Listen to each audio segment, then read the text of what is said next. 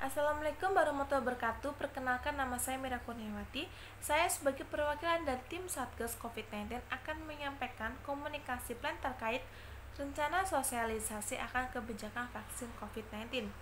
Di sini saya akan menyampaikan 6 hal. Yang pertama yaitu analisis situasi, yang kedua objektif dan goals, yang ketiga target audience, yang keempat key message, yang kelima kreatif strategi, yang keenam media plan. Yang pertama yaitu analisis situasi. Menurut kompas.com, kedatangan vaksin COVID-19 asal Cina menambah optimisme pemerintah terhadap penanganan COVID-19 di Indonesia. Presiden Jokowi mengungkapkan rasa syukurnya karena 1,2 juta dosis vaksin buatan perusahaan biofarmasi Sinovac itu sudah diterima pemerintah. Akan ada 2 gelombang pengiriman vaksin dari Cina ini. Yang pertama itu bulan Desember lalu, yang kedua bulan Januari ini. Menteri Komunikasi dan Informatika Johnny G. Plate menyebutkan datangnya vaksin COVID-19 di tanah air perlu disambut positif. Masyarakat diminta untuk meyakini bahwa vaksin ini mampu mendorong Indonesia melewati pandemi. Kedatangan vaksin COVID-19 yang pertama ini adalah momentum di awal yang perlu kita sambut dengan energi positif serta semangat yang optimis, kata Johnny. Kendati demikian, pemutusan rantai penyebaran virus corona tak cukup vaksin saja.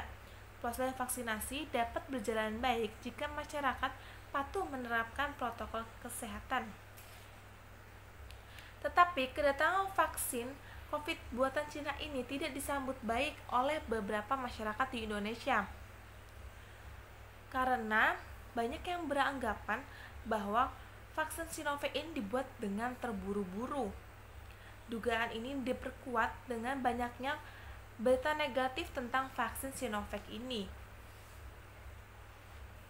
Yang kedua yaitu objektif dan goals. Objektifnya yaitu kita dari tim Satgas COVID-19 ingin menghilangkan keraguan pada masyarakat tentang COVID ini. Vaksin ini pun sudah diuji oleh BPOM dan sudah mendapat izin penggunaan darurat. Agar masyarakat yakin dan bersedia divaksin, tujuan utama vaksin di masa pandemi adalah terciptanya herd immunity atau kekebalan kelompok. Yang ketiga yaitu target audience. Pemerintah menargetkan 70% penduduk Indonesia. Banyak yang sudah mengajukan diri sebelum vaksin datang. Ada yang masih melihat dulu dan ada pula yang keras kepala dengan keyakinan tertentu tidak ingin divaksin. Tetapi orang-orang yang keras kepala dengan keyakinan tentu tidak mau divaksin itu hanya sedikit dan tidak banyak. Menurut Muhadjir Effendi, Menteri Koordinator Bidang Pembangunan Manusia dan Kebudayaan Republik Indonesia, kalau dalam vaksin COVID-19 tidak usah 100% yang jadi target, sehingga tak harus 270 juta penduduk Indonesia itu divaksin semua. Karena yang penting kita ingin membangun herd immunity, sekawanan imunitas yang nanti kalau mayoritas sudah tervaksin, mereka yang belum tervaksin otomatis terlindungi. Yang keempat, key message. Dengan adanya vaksin ini, ada key message yaitu seperti kesehatan pulih, ekonomi bangkit. Yang kelima yaitu kreatif strategi dan yang keenam media plan. Kreatif strategi dan media plan ini sangat terkait. Di sini yaitu mengoptimalkan situs web www.covid19.co.id, mengoptimalkan akun-akun media sosial dan pembicara yang menjadi beberapa panutan masyarakat seperti Prilly Konsina, Dr. Tirta. Yang ketiga yaitu memaksimalkan iklan media cetak, iklan-iklan seperti di media lokal, yaitu tentang edukasi tentang vaksin corona agar masyarakat tidak merasa takut lagi dan tidak merasa ragu lagi.